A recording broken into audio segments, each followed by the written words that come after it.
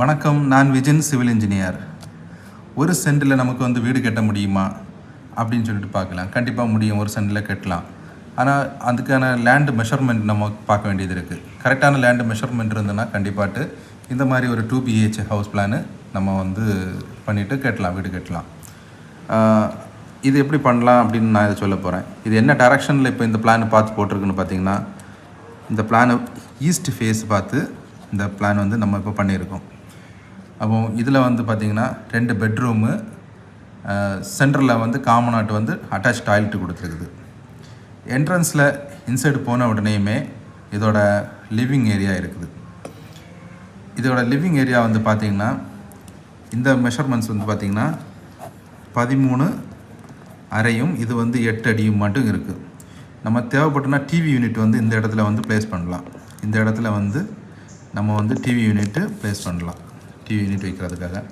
Kitchen வந்து பார்த்திங்கன்னா அக்னி முறையில் கொடுத்துருக்கு. 7க்கு 8ன்னு இருக்குது. ஒரு காம்பேக்டான ஒரு நீட்டான கிச்சனு. ஸ்டவ் போர்ஷன் வந்து நம்ம வந்து இந்த இடத்துல ப்ரொவைட் பண்ணலாம், ஸ்டவ். அப்புறம் வந்து வெசல் வாஷிங் பண்ணுறதுக்கான ப்ளேஸ் வந்து பார்த்திங்கன்னா இந்த ஃப்ரண்ட், இந்த விண்டோ நியர்பை பண்ணலாம். வெளியே போகிறதுக்காக அனதர் ஒரு டோர் கூட நம்ம கொடுத்துருக்குது.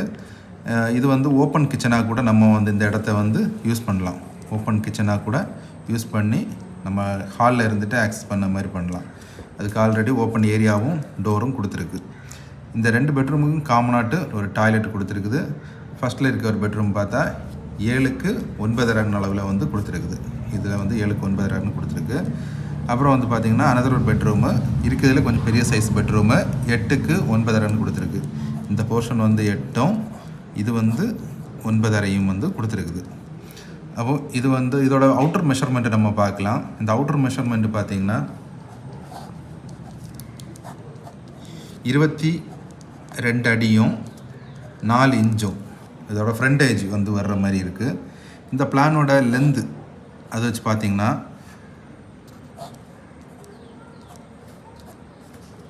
19 அடியும் 4 இன்ச்சும் வர்ற மாதிரி லென்த்தில் இருக்குது. இது வந்து ஒரு சென்டில் இந்த பிளான் வந்து கரெக்டாக இருக்குது.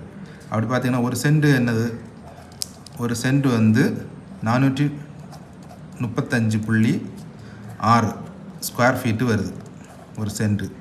இந்த பிளான் வந்து நியர்பை வந்து பார்த்திங்கன்னா 434.56 ஸ்கொயர் ஃபீட் வருது.